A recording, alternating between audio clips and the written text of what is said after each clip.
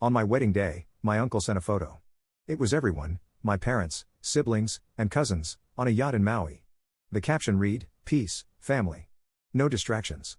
My mom had texted me hours earlier, "We won't make it. Don't take it personally." I didn't reply. That night, I revoked access to the family emergency fund and prepared a big surprise. A week later, my dad was at my door screaming. Without thinking twice, I announced, in my opinion, they betrayed me. Plain and simple. People like to dress it up with softer words like miscommunication, priorities, or misunderstanding. But no, it was betrayal. It was my wedding day, the one day I genuinely wanted them there. I was fixing my tie in the mirror when the photo came through. My phone buzzed once, and I picked it up without thinking. It was from my uncle. Just a picture, no message at first. Just everyone, my parents, both my brothers, my sisters, their husbands and wives, their kids, cousins, everyone, on a yacht in Maui. They were smiling like they were celebrating something sacred. Someone had even edited it with a caption that looked handwritten, "Peace, family, no distractions." I stared at it for a full minute before noticing a text from my mom that had come in earlier. "We won't make it. Don't take it personally." That was all she wrote. No reason, no call, not even an excuse. She didn't even pretend to feel bad about it. I didn't reply. They knew Lisa and I were doing a small ceremony. They knew we hadn't invited anyone outside the family. They knew how much this meant, especially because it was just us, two people who never really felt like they belonged anywhere. Lisa had grown up in foster care and never met her real parents. Every time someone asked who would walk her down the aisle, she'd just smile and say, "No one." Not in a sad way, just honest. As for me, I had a family, but they never really saw me, not for who I actually was. I was the quiet one, the one who kept things to himself, the one who paid for things silently but never got a real seat at the table. My whole life, I tolerated the way they treated me, like I was some distant cousin who just happened to be around. But I still thought maybe this time they'd show up. Instead, they chartered a yacht on the same weekend. While I was tying my tie, they were toasting cocktails in the Pacific. I didn't tell Lisa about the photo. She saw something was off, but she didn't ask. She just looped her arm through mine and said we should go. The ceremony was small, quiet, and bare, if I'm being honest. A few people from work came, more out of obligation than closeness. There was no music, no laughter, just the sound of waves in the distance and two people trying to make the best out of what was supposed to be the biggest day of their lives. That night, we sat on the balcony of our rented Airbnb. We could see the city lights, but it felt cold. Not because of the weather, but because I knew what had happened was final. Something had shifted. There was no coming back from this. Lisa didn't say much until I closed my laptop after checking some emails. She looked at me and said, "If you let them treat you like this now, they'll never stop." That was it, one sentence. But it hit me harder than anything my family ever said. So, I opened my laptop again. I revoked access to the family emergency fund, the one I created 5 years ago when my parents were drowning in debt and my siblings kept asking for just a little help. One by one, I pulled their names off. Every single one of them was gone. Lisa didn't cheer or smile. She just sat beside me and let me work. But I didn't stop there. That night, I locked down every shared investment, every co-signed account, every asset I'd let them attach themselves to back when I thought we were a unit. Everything we ever built together was now inaccessible to them, and I didn't say a word. 7 days passed. Then, without warning, my dad showed up at my door. I hadn't seen him look that furious since I was a teenager. He didn't ask anything, he just started screaming. And I didn't hesitate. I looked him in the eye and said, "You're cut off. All of you. I'm done." He didn't even knock, he just started banging on the door like he had every right to be there. I opened it without saying anything. The first words out of his mouth were, "What the hell did you do?" No hello. No, how are you? Just anger. And behind it, panic. He was already red in the face, pacing on the front porch. I didn't answer. I stepped aside and let him in. But the second he saw Lisa standing in the hallway, his whole energy shifted, like he suddenly remembered who he was really mad at. He pointed at her and said something disgusting, not even subtle. Something about how she got in my head and turned me against my own blood. The way he looked at her was as if she was some stranger who snuck into our lives and broke us from the inside. I stepped between them. "You're not going to talk to her like that, ever." He tried to laugh it off like I was just having a moment, like I'd cooled down once he explained everything about how the timing was bad, how they'd planned the trip months ago, and how the wedding just came out of nowhere. It didn't. We sent invites 2 months earlier, but no one responded. I told him I locked everything because I was done being treated like an outsider in my own family. That I wasn't going to bankroll people who couldn't show up for me when it actually mattered. His voice went up again, louder, more desperate. He said I was being dramatic, that a wedding is just a day. And then he dropped the line I'd heard my whole life, "You're still part of this family whether you like it or not." I looked him straight in the face and said, "Not anymore." That's when he turned to Lisa again and said, "She's dragging you down. She just wants your money. She doesn't care about your family. She wants to isolate you from us so you have no one but her. Lisa didn't respond. She just stood there. But I did. I told him she's the first person who's ever made me feel like I wasn't just someone to tolerate. That she's never once asked me for money, never once used guilt to get anything from me, and never once made me feel like I had to earn love. I didn't yell. I didn't even raise my voice. I just said, "Get out." He didn't move at first. He stood there like I'd hit him. For the first time in my life, I didn't care how he felt. I repeated myself, "Leave." He slammed the door on the way out so hard the frame shook. We stood in silence for a long time after that. I thought I might feel regret. That old part of me, the one that still wanted to believe there was something to save, waited for it, but it didn't come. The next day, my mom called, then my oldest brother, then my sisters. They took turns spinning the same story, that it was just a misstep, that I'd gone too far, that I was letting a single event destroy years of closeness. But there was never closeness. I didn't answer any of their calls. I didn't want to hear more lies disguised as concern. So, I sent one message in the family group chat, a chat they usually only used when someone needed something from me: "You chose a yacht over my wedding. Enjoy the ocean." No one responded. Not that day, not the next. But later that night, Lisa and I sat on the couch sharing leftovers and watching a show we barely paid attention to. Somewhere in the middle of it, I said something I didn't plan: "Let's leave. Just for a while. LA, maybe." She didn't ask why. She didn't hesitate. She just said, "Okay." And that was it. Something cracked open. For the first time in a long time, I started to feel free. We left in 4 days. No dramatic farewells, no cryptic posts or long texts. I just shut everything down. The house was put into full security lockdown with cameras, remote access, and full automation. I had a management company step in to handle the property and gave them one instruction: no visitors, ever. By the 5th day, we were in Los Angeles. We rented a place in West Hollywood. It was $8,000 a month for a 2-bedroom apartment with a view that felt more like a hotel than a home. I paid the full year in advance, not because I had to, just because I could. Lisa smiled when we walked in. She didn't say much, but I could see the tension in her shoulders melt. Maybe it was being far from all of it. Maybe it was finally having a space that felt like ours, not mine, not hers, but ours. She didn't ask questions when I started rerouting my business through new accounts. I kept the operations online. Most of it was already automated anyway, but I shifted everything to be fully independent from the family network. No shared servers, no joint ventures, no legacy systems. I severed every financial tie that connected me to them.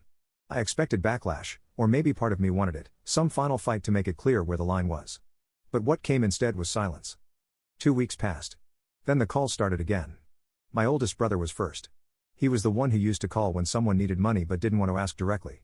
He said he just wanted to talk, but the minute I answered, it turned into a guilt trip.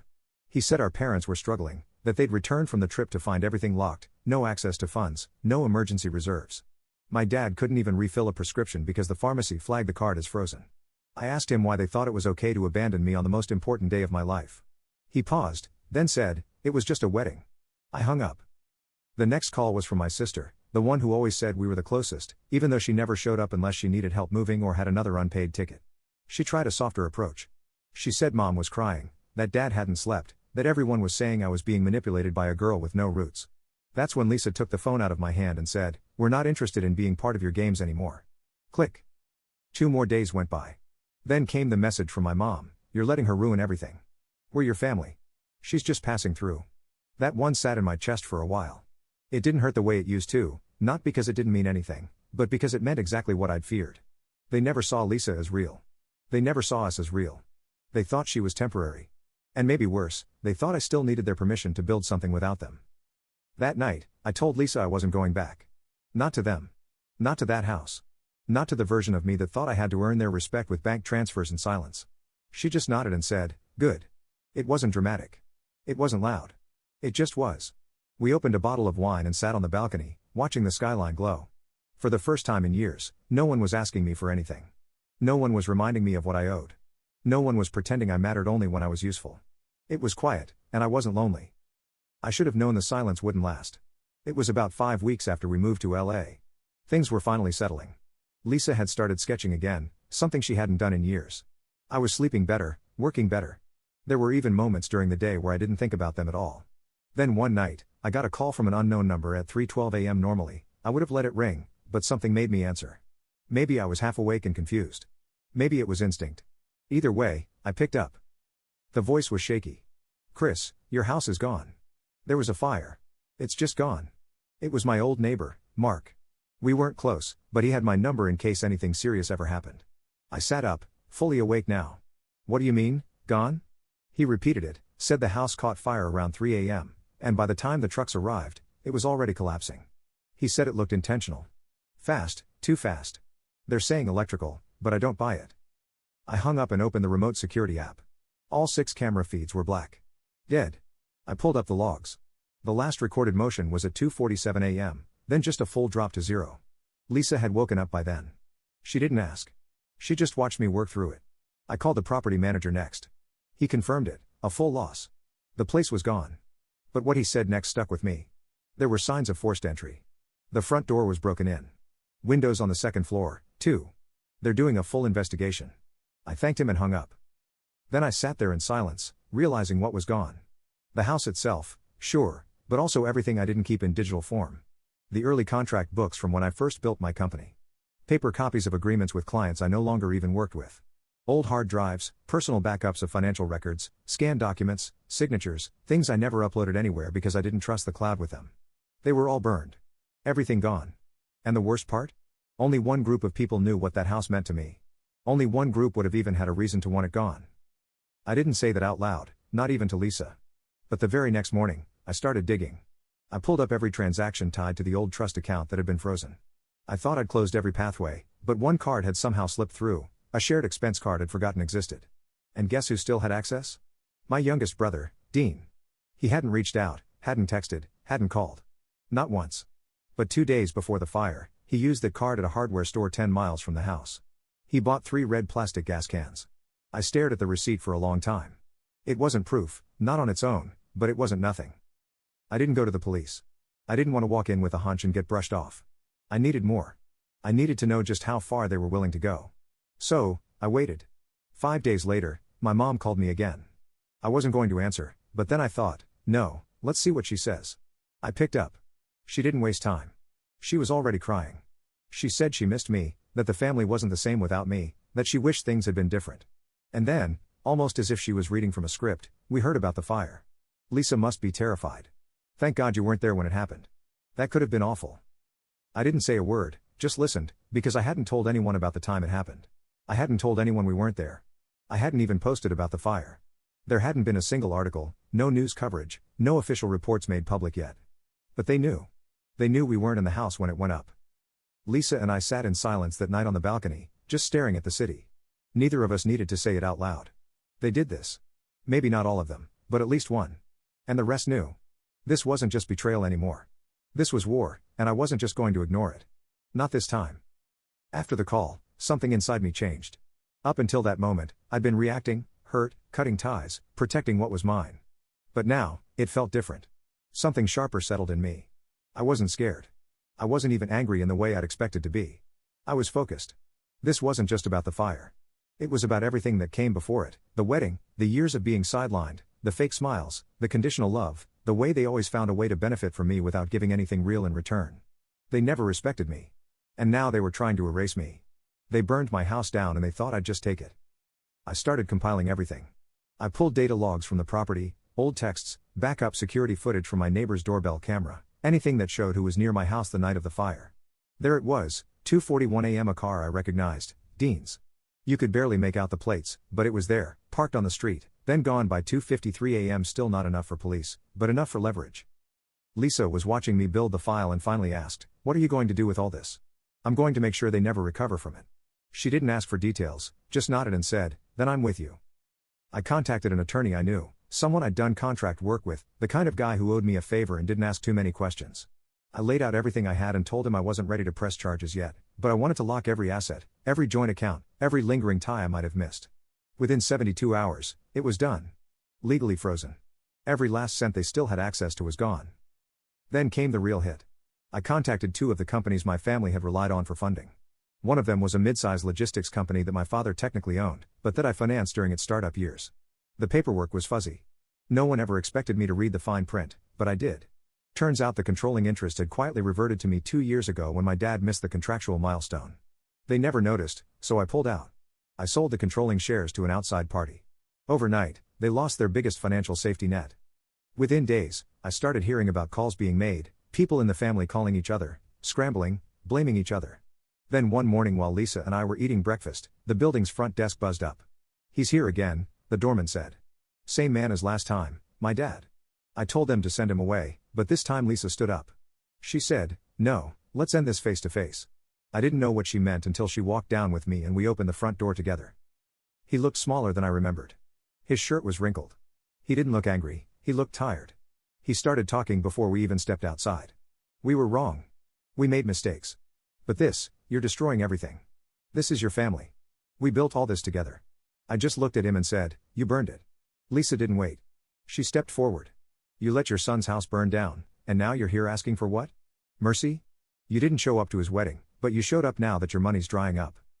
He snapped at her again, accused her of manipulation, of brainwashing me, of turning me against everyone.